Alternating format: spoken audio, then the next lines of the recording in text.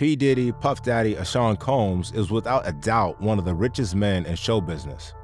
In fact, he's one of the biggest hip-hop moguls in the world, especially having been instrumental in the life and death of the notorious B.I.G. But despite being one of the greatest men in the world of music, Diddy's career has been filled with controversies, allegations, and moments that had us saying, did that just happen? Let's take a look at the rapper's 10 most insane moments.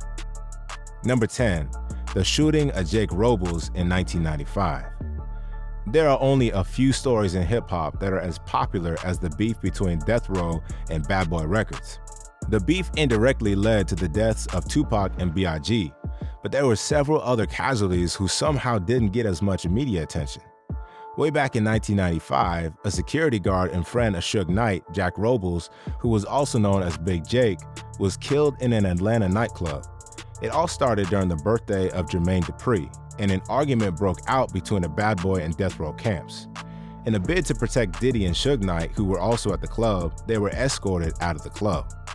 But just as soon as Suge Knight and his guys were about to leave, a group of Diddy's guys appeared from a corner and shot Jake Robles 3 times, all because of the previous argument.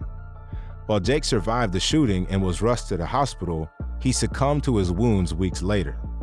However, Diddy, who must have given the order for the hit, denied any involvement and somehow escaped being sent to jail. Number 9, Hate Me Now assault story. Now, you can hate me now. You can hate me now. Do it now. Do it now. When this song got released in 1999, it was a feature that hip-hop heads had envisioned for years. But while fans were bumping their heads to the song, something much more interesting was happening in the background. When the original video was released, Diddy was depicted as Jesus Christ on the cross. Come on. It happened that Steve Stout, a music executive, had mistakenly sent the wrong edit to MTV, who instantly played it on air. Diddy was pissed that this scene made it to the final cut, and even more enraged that it played on TV.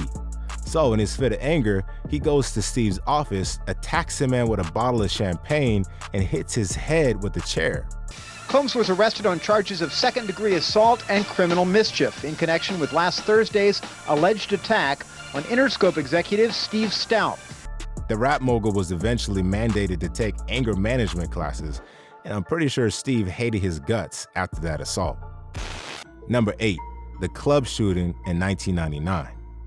In the late 90s, it was somehow impossible for Diddy not to get into any trouble.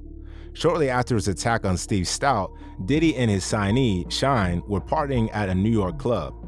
Suddenly, Diddy by mistake knocked out the drinks of a man named Matthew Scar Allen. Scar wouldn't take any apologies, and an argument began between them. Then, out of nowhere, somebody throws money against Diddy's face.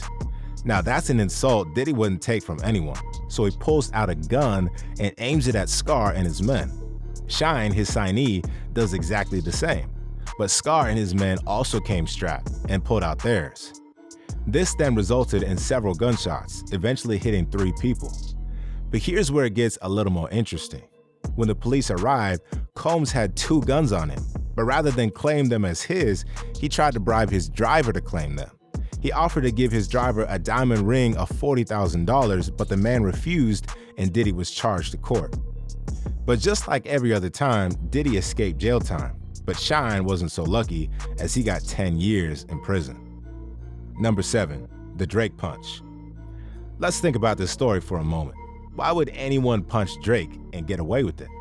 Well, unless that person is Sean Combs. Back in 2014, there were rumors that Diddy punched Drake in the face over the rights of a beat and told him afterwards that he is not the sort of person to be disrespected. But Diddy denies this ever happened, even adding that he is good friends with Drake. However, other rappers who were present at the LIV nightclub would say otherwise. He's like, boy, you wouldn't just believe what happened. I'm like, what? Diddy just slapped Drake. I'm like, where at? Number 6, the feud with Kendrick Lamar. If you think Diddy's feud with Drake is the only one that involves a younger rapper, you'd be totally wrong. When Big Sean featured Jay Electronica and Kendrick Lamar on his 2013 song Control, he had no idea this song would ruffle a few feathers.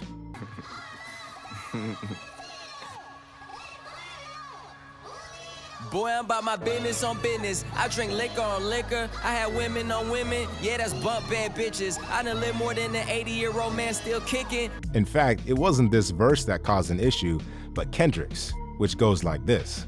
Better than everybody, rep Detroit, everybody. Detroit versus everybody. I'm so fucking first class, I can spit up on every pilot. The city's my metropolis, feel it is metabolic, and I'm over. Kendrick's line suggested that the rapper hoped he'd become as big and influential as Pac, but Combs apparently didn't see it like that. And when the two finally met at the same club, Combs confronted Kendrick and after an argument poured a drink on him. J. Cole, who was also in the club, stood up for Kendrick, and this got him kicked out. Fortunately, Diddy and J. Cole seemed to have moved past it as the rappers were seen together in this video a few months later. It's a cold world. It's a cold world. Need some smart shit, man. We gonna bring some smart shit. Get some gangsta. Number 5, attacks his son's coach. In June 2015, Diddy was at his son's UCLA practice like most other parents. The team's coach, Sally Lassie, then began to chide Justin Combs for an error that he made. But just before he walks away, he says to Justin, "I don't care if your dad's here. This is UCLA. I'm going to treat you just like I treat everyone else." This was a remark that could have helped Justin become a better player, but it didn't exactly sit well with Diddy. Right after practice, Diddy and his son went to Lassie's office, and the rapper grabbed him by the throat before throwing a kettlebell at an intern. Looks like Diddy really needed that anger management class after all. Savage! I'm a savage! Oh! Number 4, he threw ice at other people in a club. Still focusing on Diddy's anger issues, let's take a look at a story that has us in stitches. In 2007, Diddy signed a deal with Ciroc, and this instantly threw the brand to international fame. The drink became so popular that it became the drink every rapper wanted at their table.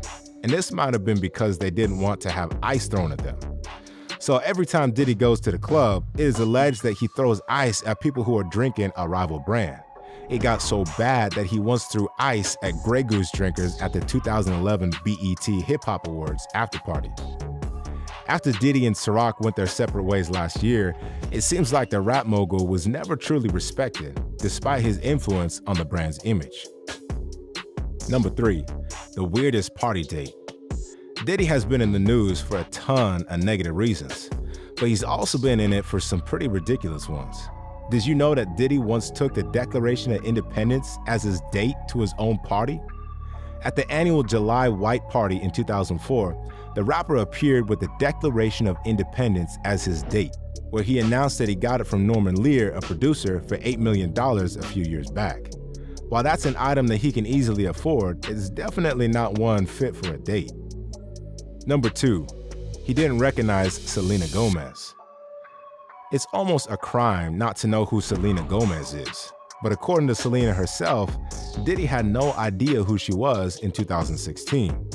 During an interview with GQ, she said that the rapper handed her his valet ticket because he thought she was the valet lady. Gomez and Diddy eventually laughed about it, but it was still a little amusing that he had no idea who she was. Number 1, he gets 3 sexual assault suits in 1 week. It's no longer news that Diddy has been hit with several sexual assault suits since 2019, when his ex, Gina Wynn, mentioned that the rapper abused her physically for 5 years. He not only kicked her stomach, but repeatedly hit her across the face and the back of her head. He stomped on my stomach really hard, and I took the wind out of my breath. Then in November 2023, he was again taken to court by another ex, Cassandra Ventura, also known as Cassie. This time, there's an even crazier angle. Diddy hit Kid Cudi across the ear just so he would stop seeing Cassie. Just 5 days later, another victim came forward. A former Syracuse University student, Joy Dickerson Neal, claimed that Diddy drugged and assaulted her in 1991, and he filmed her without consent. The next lawsuit came on December 6, 2023, when a Jane Doe filed another lawsuit against him, claiming that she had been gang raped by Diddy and his friend Aaron Hall when she was only 17. She also added that the rapper attacked her home to keep her quiet. Diddy eventually came forward to clear his name, suggesting that all these women just wanted a quick cash out. Do you think Diddy is as guilty as all these women have suggested? Well, we'd have to wait and see if the long arms of the law catch up with him.